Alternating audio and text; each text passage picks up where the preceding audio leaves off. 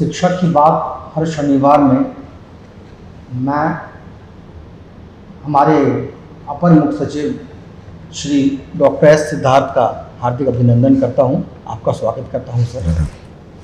Sir, ये कार्यक्रम हमने 26 अक्टूबर को एक बार शुरू किया था, जिसमें आप शिक्षकों के साथ वार्ता कर रहे थे, संवाद कर रहे थे। उसी श्रृंखला के तहत आज हम दोबारा यहाँ पर बात कर रहे हैं।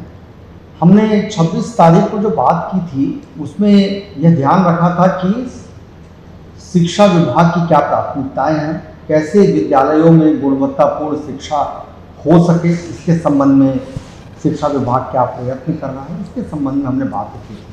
और उसी दिन हमारे अपर मुख्य सचिव ने ये निर्णय भी लिया था कि वो इसी क्रम में शिक्षकों के साथ भी बात करेंगे, उनके प्रश्नों को देखेंगे, उनका उत्तर देंगे। और इसी क्रम में उन्होंने ये तय किया कि हर एक शनिवार को हम शिक्षकों के कुछ प्रश्न जो गुणवत्तापूर्ण शिक्षा से संबंधित होंगे उसको भी लिया करेंगे। और इसी क्रम में आज हम ये पहला संवाद सर के साथ शुरू कर रहे हैं। सर, आपका बहुत बहुत स्वागत है। तो सर, शुरू करते हैं सर। पहला प्रश्न जो हमारे पास है वो रंजन कुमार, प्रधानाध्यापक मध्य विद्यालय बिहट, बेगूसराय से है। सर, इन्होंने पूछा है कि विद्यालय संचालन व प्रबंधन के लिए एकल नियमावली होने के बजाय भिन्न भिन्न स्तर के कार्यपालक आदेश निर्गत होते रहते हैं, जिसके कारण विद्यालय की एक लयता तो प्रभावित हो रही है। विद्यालय के संचालन में भी कठिनाई आती है। तो क्या विभाग विद्यालय संचालन के लिए एकीकृत विस्तृत नियमावली बनाने के बारे में सोच रहे हैं?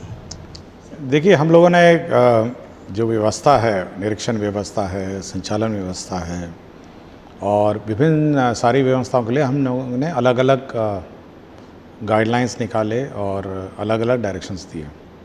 हम लोग की कोशिश होती है कि सभी पर मेरे स्तर पर अप्रूवल हो और ताकि सभी जो गाइडलाइंस है उसमें एक रूपता हो और सभी पदाधिकारी अपने स्तर से गाइडलाइंस नहीं बनाएंगे। तो वहाँ तक तो हम लोग एक रूपता देखते हैं और आप देखते होंगे कि हर गाइडलाइन में पुराने गाइडलाइंस का उल्लेख रहता है। प्रसंग जो होता है वो सभी का रहता है। लेकिन ये ज़रूर है कि हम लोग ने निरीक्षण के बारे में भी 4 पत्र निकाले और अटेंडेंस के बारे में भी निकाले, सभी के बारे में निकाले। हम लोग इन सभी का एक सिंगल कंपेंडियम निकालने के कार्रवाई कर रहे हैं ताकि जो भी शिक्षक हैं हम वो उस कंपेंडियम को रेफ़र कर सकते हैं। और हमारी कोशिश ये है कि जो भी हम लोग पत्र यहाँ से निर्गत करते हैं, हमारे डीईओ और शिक्षा सभी पदाधिकारी को बोला गया है कि जो भी पत्र यहाँ से निर्गत होता है उसकी प्रति पीडीएफ फाइल में इलेक्ट्रॉनिकली आप कम से कम टीचर लोगों को ट्रांसमिट कर दीजिए। हर टीचर को ये जानकारी होनी चाहिए कि क्या गाइडलाइन है। तो हम लोग अगले 10 दिन में, आपका सुझाव बहुत अच्छा है, हम लोग सभी जितने भी गाइडलाइन हैं उसका एक सिंगल फाइल में पीडीएफ में हम लोग सभी टीचर्स को उपलब्ध करा देंगे ताकि ये कन्फ्यूजन नहीं रहे कि किस प्रकार के कौन से गाइडलाइंस हैं और कौन से गाइडलाइन आज के दिन में प्रभावी हैं।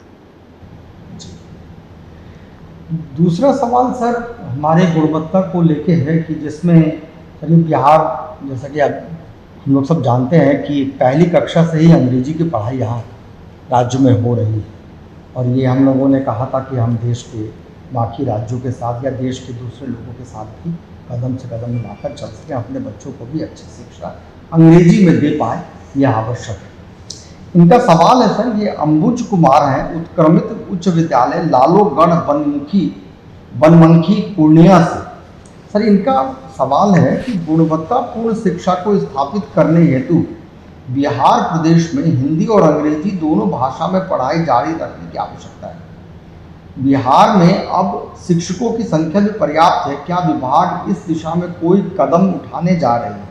मुझे लगता है कि सर ये अंग्रेजी मीडियम से संबंधित ऐसा कुछ प्रश्न है क्या? देखिए, ये प्रश्न बार बार उठता रहता है कि अंग्रेजी मीडियम में भी पढ़ाई हो, लेकिन कुछ जो हम लोगों ने इस बार मंथन अपना कार्यक्रम रखा जिसमें सभी पदाधिकारियों से हम लोगों ने बात की, लोगों ने कहा कि स्थानीय भाषा में भी बात सिखाई जानी चाहिए। और इतना तक उन्होंने कहा कि अगर कक्षा 1 में मैथिली या भोजपुरी इसमें पढ़ाई जाए तो तब और बच्चों रुचि लेके पढ़ेंगे। तो आप तो अंग्रेज़ी की बात कर रहे हैं, मैं तो आपको मैथिली, भोजपुरी, अंगिका की बात कर रहा हूँ।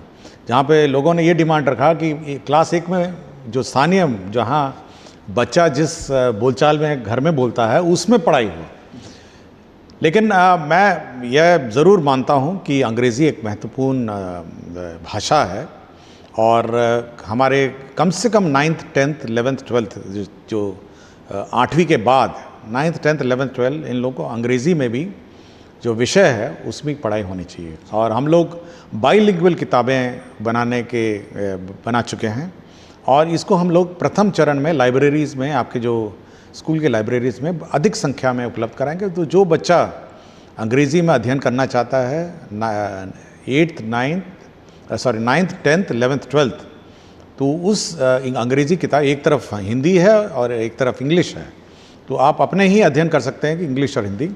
और यह अच्छी बात है कि बहुत सारे आज के दिन में शिक्षकगण हैं, तो उनको कहा यह जाएगा हमारे द्वारा कि जब आप हिंदी पढ़ा रहे हैं उसका अंग्रेज़ी रूपांतर भी एक्सप्लेन करेंगे। और आप देखेंगे जो कंप्यूटर भाषा इस बार जो कंप्यूटर किताब जा रही है 6, 7, 8 में, वो दोनों बाइलिंगुअल भाषा में है। मतलब वो जहाँ पे फाइल है, डायरेक्टरी है, वो इंग्लिश में भी लिखी है और हिंदी में भी लिखी गई है। तो मल्टीलिंगुअल बुक्स हम लोग इस बार उपलब्ध कराएंगे विभिन्न स्तर पर। बट यह ज़रूर हमारे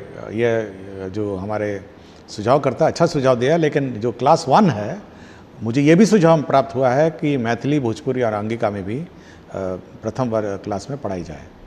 बहुत बहुत शुक्रिया सर। सर अगला सवाल सर संबंधित है ओलंपियाड जैसे कॉम्पिटिटिव एग्ज़ाम्स को लेके।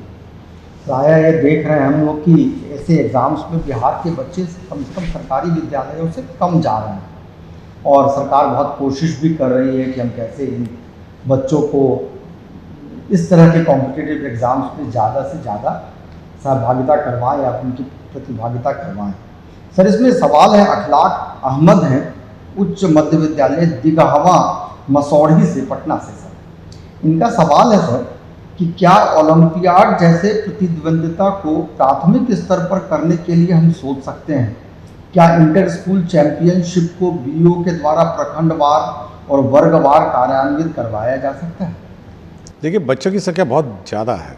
आपको जानकारी होगी कि पूरे राज्य में 2 करोड़ बच्चे हैं और यह भी देखना पड़ता है कि लॉजिस्टिक्स का भी इश्यूज़ है। तो हम लोग ज़रूर क्लास 5 में हम लोग अपने स्तर पर एक ओलंपियाड कराएंगे, क्लास 5 में और क्लास 8th में। तो ये 2 क्लासेस हैं जो जैसे मैथ्स हो सकता है, मैथ्स ओलंपियाड जो जिसका आंकलन आराम से किया जा सकता है, मैथमेटिक्स है और साइंस ओलंपियाड है। ये तो 2 चीज़ें हैं जो महत्वपूर्ण विषय हैं और जिसका ओलंपियाड हम लोग शुरू करेंगे और बाकी फिर देखते हैं। लेकिन हम लोग ऑनलाइन जो क्लासेस है, जो कंप्यूटर क्लासेस चलाते हैं, तो हम लोगों ने उसमें भी एग्ज़ाम का और उसमें भी परीक्षा का प्रावधान रखा है। नीट की हम लोग ट्रेनिंग देते हैं, उसकी परीक्षा भी लेते हैं। नीट की परीक्षा लेते हैं हम लोग ऑनलाइन समय पे।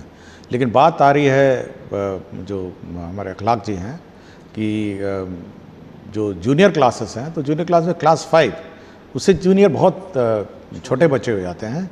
लेकिन जहाँ पे क्लास 5 में कि यह प्रतिभा खोज है, टेक्निकली एक प्रतिभा खोज है, कंपलसरी नहीं है, जो लिखना चाहेगा लिखेगा। तो प्रतिभा खोज जहाँ पे है मैथ्स में, साइंस में, तो ये प्रतिभा खोज हम लोग शुरू करेंगे और जो बच्चे लिखना चाहें, कोई कंपलसरी नहीं होगा, हो सकता है 10% हो, 1 लाख 2 लाख बच्चे लिखें, तो ये हम लोग कोशिश शुरुआत करेंगे।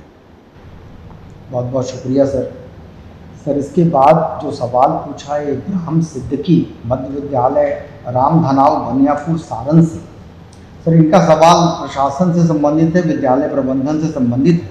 सर क्या प्रत्येक विद्यालय को एक क्लर्क प्रदान किया जा सकता है ताकि विभिन्न प्रकार के रिपोर्ट एवं विद्यालय संबंधित अन्य सूचनाओं को उनके द्वारा संधारित किया जा सके और प्रधानाध्यापक और शिक्षक पठन पाठन के कार्यों में अपना 100% दे सके? देखिए, यह हम लोग के बहुत पहले ये सुझाव प्राप्त हुआ था और हम लोग चाहते हैं कि जो टीचर है, जो हेडमास्टर है, वो अपना पठन पाठन में पूर्ण रूप से अपना समय बिताएं।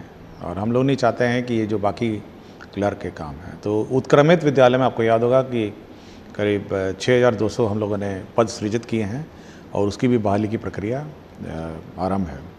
और अन्य जो विद्यालय हैं उसमें भी हमारे क्लर्क्स हैं, और साथ ही साथ जो हमारे अन्य अनुकंपा या अन्य व्यवस्था से जो बहाल होंगे उसमें भी काफ़ी पढ़े लिखे हैं जो क्लर्क्स के रूप में कार्य करेंगे।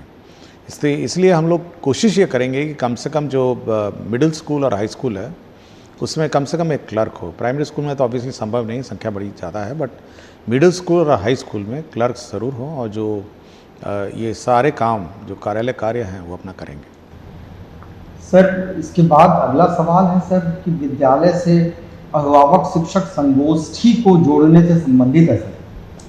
अर्पणा राज मध्य विद्यालय जरहरा बोध गया से ये पूछ रहे हैं कि समुदाय को विद्यालय से जोड़ने हेतु अभिभावक शिक्षक संगोष्ठी एक बेहतर नवाचार है, परंतु संगोष्ठी में अभिभावकों की उपस्थिति बहुत कम देखी जा रही है। ऐसे में हमें विभाग की ओर से कोई मार्गदर्शन दिया जाए। देखिए, जो अभी इस बार मंथन हुआ था तो उसमें इस पर बहुत विस्तृत चर्चा हुई थी अभिभावक संगोष्ठी पे, और ये बात चिंता भी व्यक्त की गई थी कि अभिभावक पेरेंट टीचर्स मीटिंग जिसको कहते हैं उसमें आते नहीं हैं। तो पेरेंट टीचर्स मीटिंग में हम लोगों ने ये कहा है कि आप अभिभावक से ही समय पूछ लीजिए कि किस समय रखा जाए। हो सकता है कि जिस समय में हम लोग रखे हैं वो खेत में चले गए, काम में चले गए, उन्हीं से पूछ लिया जाए, उन्हीं से पूछ लिया जाए कि किस समय। तो उस समय उस दिन का हम लोग स्कूल टाइमिंग चेंज कर देंगे कि इस समय अभिभावक सब उपलब्ध रहेंगे, और उस समय हम लोग, जैसे हो सकता है 7 बजे 8 बजे अभिभावक कहेंगे कि हम लोग सुबह आएँ, और तो हम लोग टाइमिंग उस दिन का चेंज कर देंगे। तो ये हम लोग की कोशिश है कि अभिभावक अपने बच्चे की शिक्षा में रुचि लें, और जब तक अभिभावक है, समाज है, सभी लोग एक साथ रुचि नहीं लेंगे, मेरे ख्याल से शिक्षा पूर्ण नहीं होगी। तो मेरा बस अनुरोध है कि अभिभावक समय पे आएँ, और जो भी समय उनको ठीक लगे, आपको लगता है सुबह है, आपको लगता है शाम का है, तो उस दिन का हम लोग समय उसमें परिवर्तन कर देंगे। तो ये टीचर और हेडमास्टर पर निर्भर है कि गांव वाले से पूछ लेंगे, एक बार बैठक कर लेंगे, मुखिया जी है, पंचायत सेवक है, वार्ड सदस्य हैं, सभी से पूछ लेंगे कि भाई आप समय कौन सा चाहते हैं, और जो दोनों के लिए कन्वीनियंट है। ये भी नहीं हो सकता कि टीचर को हम लोग कहेंगे रात को कर दीजिए, ये भी नहीं हो सकता है। तो दोनों के लिए जो उपयुक्त समय है वो अपने म्यूचुअल अंडरस्टैंडिंग में पेरेंट टीचर मीटिंग का समय निर्धारित कर लेंगे। बहुत बहुत शुक्रिया सर। इसके बाद का सवाल सर प्रियंका कुमारी मध्य विद्यालय मल्हा टोल परिहार सीतामढ़ी से पूछती हैं। उन्होंने सर पूछा है कि ज़्यादातर प्राथमिक कक्षाओं में वर्ग कक्ष की कमी है और कई वर्ग के बच्चों को एक साथ बैठाकर पठन पाठन कराया जाता है। शिक्षक मल्टीग्रेड कक्षाओं के संचालन के लिए प्रशिक्षित नहीं है। क्या विभाग से कुछ मार्गदर्शन मिल सकता है? देखिए, मैं बहुत स्कूल गया हूँ, और ये ज़रूर बड़ा कठिन होता है कि एक कक्षा का ब्लैक बोर्ड इस तरफ है और दूसरी कक्षा का ब्लैक बोर्ड इस तरफ है, एक टीचर इधर से पढ़ा रहे हैं, दूसरे टीचर इधर से पढ़ा रहे हैं। हम लोगों ने ये कहा है कि इस वर्ष मार्च तक, ज़्यादा लेट हो जाएगा तो जून तक, जितने भी कक्षा रूम हैं इसका कंस्ट्रक्शन हो जाए। जो भी अतिरिक्त वर्ग कक्ष है, मल्टीपल फ्लोर्स का हो सकता है लेट हो जाए, लेकिन 100% जितने कक्षाएँ संचालित हैं उतने आप रूम आप सैंक्शन करके काम शुरू कर दीजिए। तो यह तो एक होता है कि इंफ्रास्ट्रक्चर हम लोग कंप्लीट सैंक्शन कर देंगे। तो जब तक आप इंफ्रास्ट्रक्चर कंप्लीट नहीं हो जाता है तो उसके लिए वैकल्पिक व्यवस्था क्या हो सकती है, यही प्रियंका जी पूछेंगी। तो हम लोगों ने ये कोशिश कर रहे हैं, हमारा जो टीचर ये डीओस का जो मंथन कार्यक्रम था, अभी जो चर्चाएँ हुई थी, उसमें उन लोगों ने कहा कि स्टैगर्ड टाइमिंग स्कूलों में लागू की जाए। तो कुछ क्लासेस पहले हो जाएं, कुछ क्लासेस बाद में हो जाएं, शिफ्ट में हो जाएं। तो क्योंकि अटेंडेंस का हमारा सॉफ्टवेयर फिक्स्ड है, मतलब वो 9 बजे लेता है, 4 बजे लेता है, तो उसको हम लोग संशोधित करेंगे थोड़ा सा। तो उस पर लगे हैं कि कैसे शिफ्ट और स्लॉट, और ये हेडमास्टर और टीचर पे छोड़ देंगे कि किस शिफ्ट पे कौन पढ़ाएगा और किस टाइमिंग से वो पढ़ाएंगे। तो यह व्यवस्था होने के बाद ये बहुत कठिन है, ये तो मैं भी जानता हूँ बहुत कठिन है कि 2 क्लासेस एक ही रूम में चल रहे हैं, और ये सामान्यतः मैंने देखा है, और जूनियर में तो और है। आप देखते हैं फर्स्ट सेकंड थर्ड तीनों एक साथ बैठे रहते हैं, और ये बहुत ही मुश्किल है क्योंकि उनके टीचिंग टेक्निक अलग है। अब क्लास 1 का टीचिंग टेक्निक बहुत अलग है, क्लास 2 का अलग है, क्लास 3 का अलग है। तो मैं टीचर्स की समस्या समझता हूँ, और मैं सभी 100% हम लोग जो क्लासरूम है वो सैंक्शन करेंगे, बिल्डिंग्स बनेंगे, लेकिन तब तक वो टाइमिंग हम लोग आगे पीछे करके इसको चलाएंगे। बहुत बहुत शुक्रिया सर। इसमें सही में मल्टीग्रेड टीचिंग एक समस्या भी है और किस तरीके से इसका निवारण हो इसके बारे में शिक्षक भी चिंतित हैं सर। विभाग की ये प्रायोरिटी है और कक्षाओं का जल्दी से जल्दी निर्माण किया जा रहा है। इसके बाद सर सवाल है जो ई शिक्षा कोर्स से संबंधित है। रविंद्र साफी जी हैं उत्क्रमित उच्च माध्यमिक विद्यालय सलहा बेनीपट्टी मधुबनी से। ये पूछते हैं कि क्या हम बच्चे की उपस्थिति भी ई शिक्षा कोर्स से लेने के बारे में सोच रहे हैं? हम लोगों ने इसका ट्रायल कर लिया जहाँ तक ई शिक्षा कोर्स से बच्चों का अटेंडेंस है, लेकिन जो अभी टैब भी प्रोक्योरमेंट की प्रक्रिया में है, जो टैब हम लोग उपलब्ध कराने की व्यवस्था में है, तो ट्रायल तो ले लिया गया है कि बच्चे की गिनती ऑटोमेटिकली जो टैब से फ़ोटो होगा ऑटोमेटिकली वो चेक कर लेगा किसका चेहरा कौन सा है और कितने बच्चे आज आ गए हैं। तो ट्रायल तो हो गया है और ट्रायल सक्सीड भी हो गया है। तो इसके लिए उचित ट्रेनिंग की आवश्यकता है, उचित व्यवस्था की आवश्यकता है और उचित टेक्नोलॉजी, मतलब लोगों को जानकारी हो, बच्चों को जानकारी हो, यह अवस्था है। तो इसका एक समय पे हम लोगों ने अपना टारगेट रखा है कि 1 जनवरी से हम लोग इसको फाइनली रोल आउट करेंगे। तो 2 महीना कम से कम हम लोग को लगेगा, लेकिन ट्रायल हम लोगों ने ले लिया है। मतलब हो सकता है जनवरी फरवरी हो जाए, बट इससे क्या होता है कि पहले तो अटेंडेंस आप डिजिटली मार्क करेंगे उस टैब पे। बाद में जब अटेंडेंस हो जाता है तो वो टैब पूछता है कि फ़ोटो चाहिए मुझे बच्चों का। तो फ़ोटो जब खींचता है तो वो अपने सर्वर पर ले जाता है और उसके बाद रात को जब कोई कार्यकलाप सॉफ्टवेयर में नहीं होता है, रात को वो सबका चेहरा सबका अटेंडेंस से मिलान करेगा। अच्छा। और अगले दिन मेरे टेबल पे आ जाएगा कि कितने अटेंडेंस थे और कितने बच्चे थे और कितना अंतर आया। तो कुछ तो सामान्य टेक्नोलॉजी अंतर हो सकता है, लाइट का अंतर हो सकता है, लेकिन अगर कोई बहुत ज़्यादा अंतर आ जाएगा तो वो तो मेरे सामने आ जाएगा कि भाई इतने बच्चे केवल 10 थे और अटेंडेंस लगा दिया 50। तो ये टेक्नोलॉजी ट्रायल हो चुकी है और सक्सेस भी हो चुकी है। अब ये प्रशिक्षण और बहुत हेवी ट्रेनिंग की आवश्यकता है, तो हम लोग ट्रेनिंग के बाद ही इसको लागू करेंगे।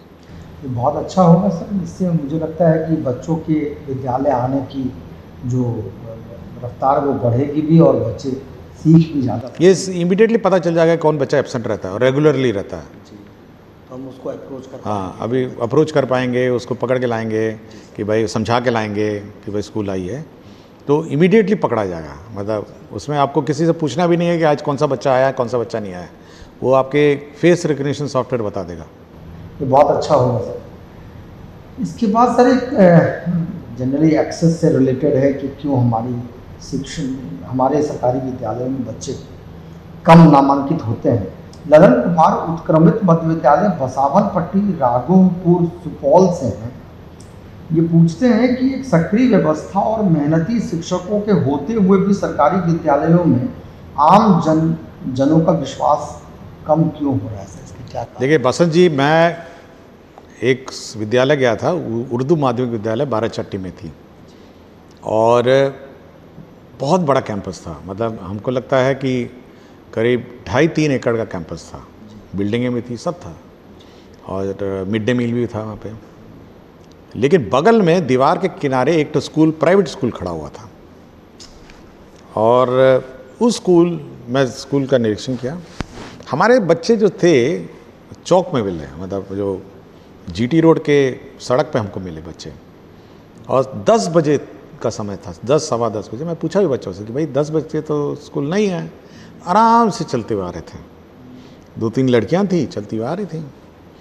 और जब हम स्कूल के अंदर घुसे तो पूरी, मतलब इंफ्रास्ट्रक्चर वाइज सब कुछ था, कंप्यूटर भी था, क्लासरूम भी थे, सब कुछ था, बेंच था, डेस्क था और टीचर भी फुल थे। मतलब टीचर की संख्या एक भी एब्सेंट नहीं था टीचर, और अच्छे टीचर थे। मतलब बहुत पढ़े लिखे टीचर भी थे और वेल टू डू टीचर, मतलब अच्छे टीचर थे।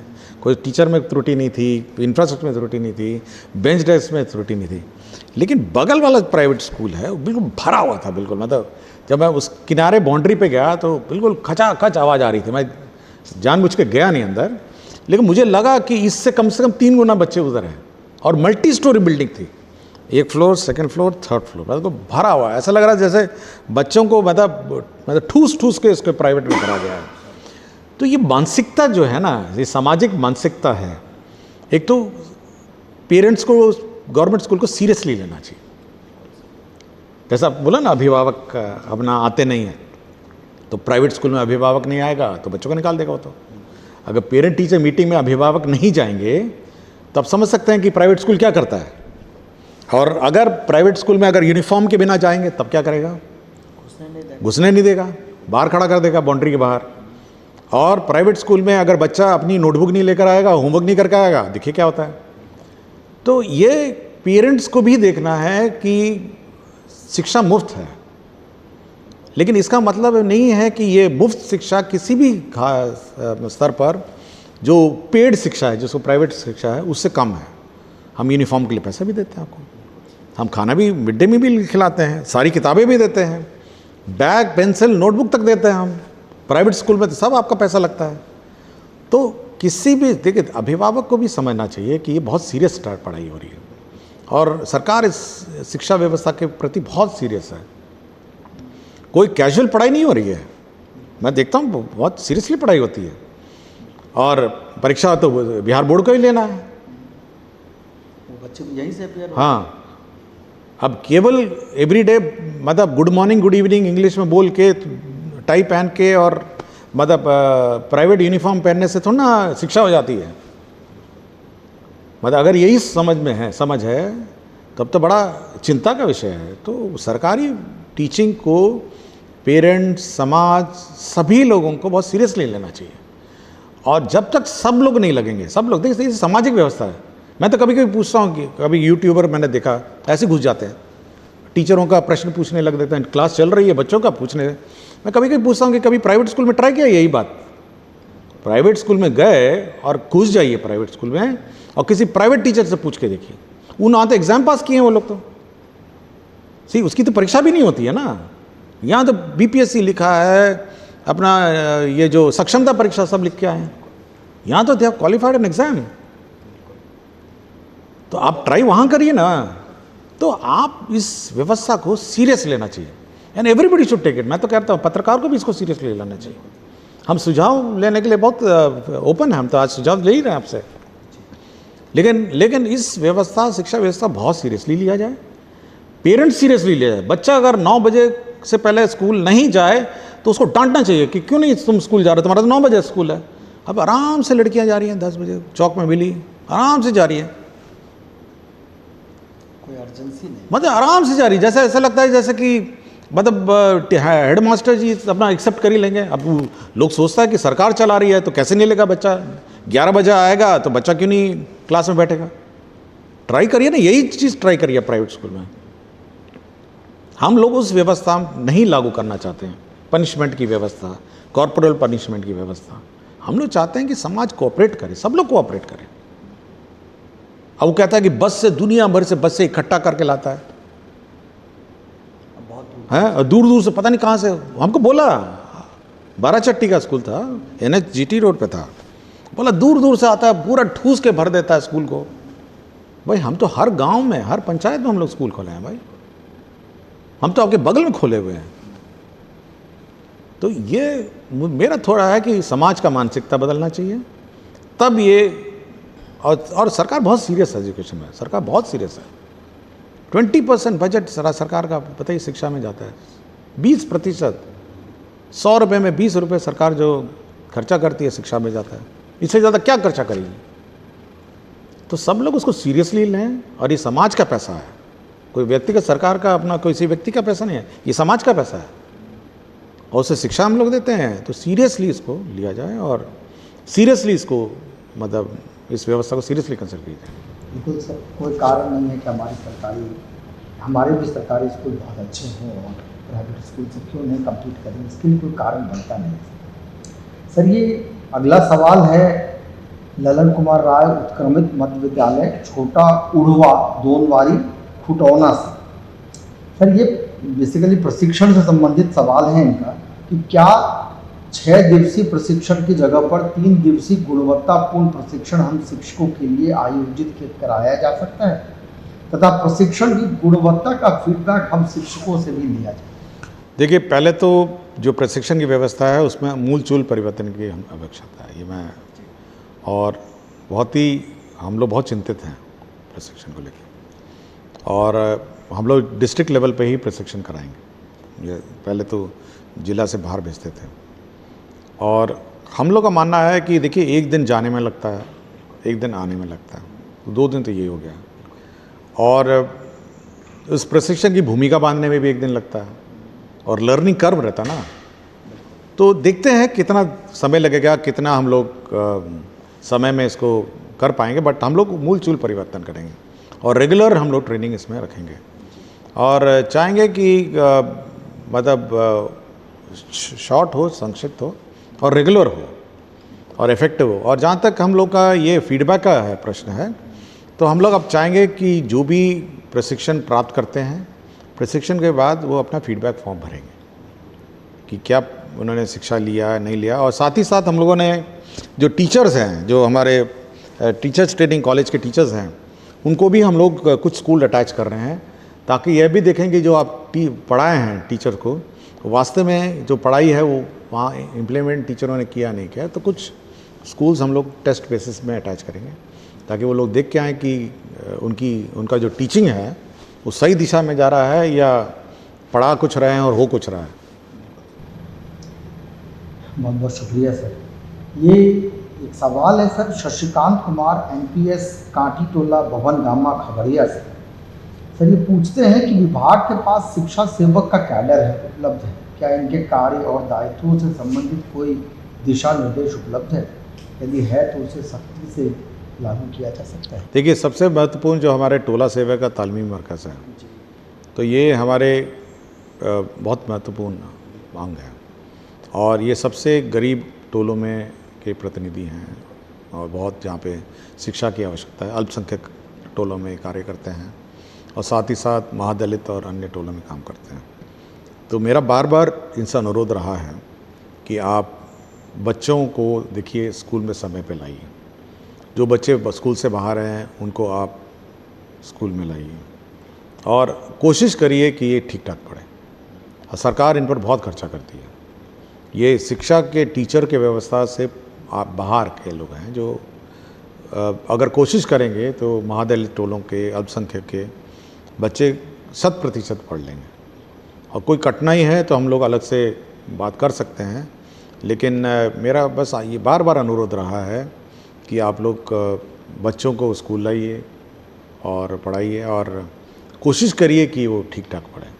पढ़े लिखे लोग हैं, आपके तालीमी मरकज़ के लोग पढ़े लिखे लोग हैं, आपके टोला सेवक पढ़े लिखे लोग हैं, तो कोशिश करिए जल्द कि अपनी मेहनत लगा के ये सब समाज, ये ही है जो अपेक्षित समाज है, इसमें शिक्षा स्तर में सुधार हो। बहुत बहुत शुक्रिया सर। ये 10 प्रश्न आज हमने लिया है और हम आगे भी हर एक शनिवार को, जैसा कि आपने कहा है कि हम चुने हुए प्रश्न शिक्षकों से लिया करेंगे। हम शिक्षकों से भी अनुरोध करेंगे, अपील करेंगे कि वो अपने प्रश्न विद्यालय प्रबंधन से हो, कक्षा वर्ग कक्ष से, अब बच्चों से भी, अगर कोई बच्चा भी पूछना चाहे तो वही पूछ सकता है कि, तो हम लोग बच्चों से का भी प्रश्न, आज बच्चों का प्रश्न नहीं आया है, आज केवल टीचर्स लोगों का आया है, तो कोई बच्चे भी अगर पूछना चाहें तो हम लोग अगली बार से 1-2 बच्चों का भी प्रश्न हम जवाब दें। तो हम लोग अगली बार से और प्रश्न लिया करेंगे। ये हमने शुरुआत की है और ये बहुत स्वस्थ परंपरा हमने इस्टेब्लिश की है। बहुत बहुत शुक्रिया आपको सर, बहुत बहुत धन्यवाद।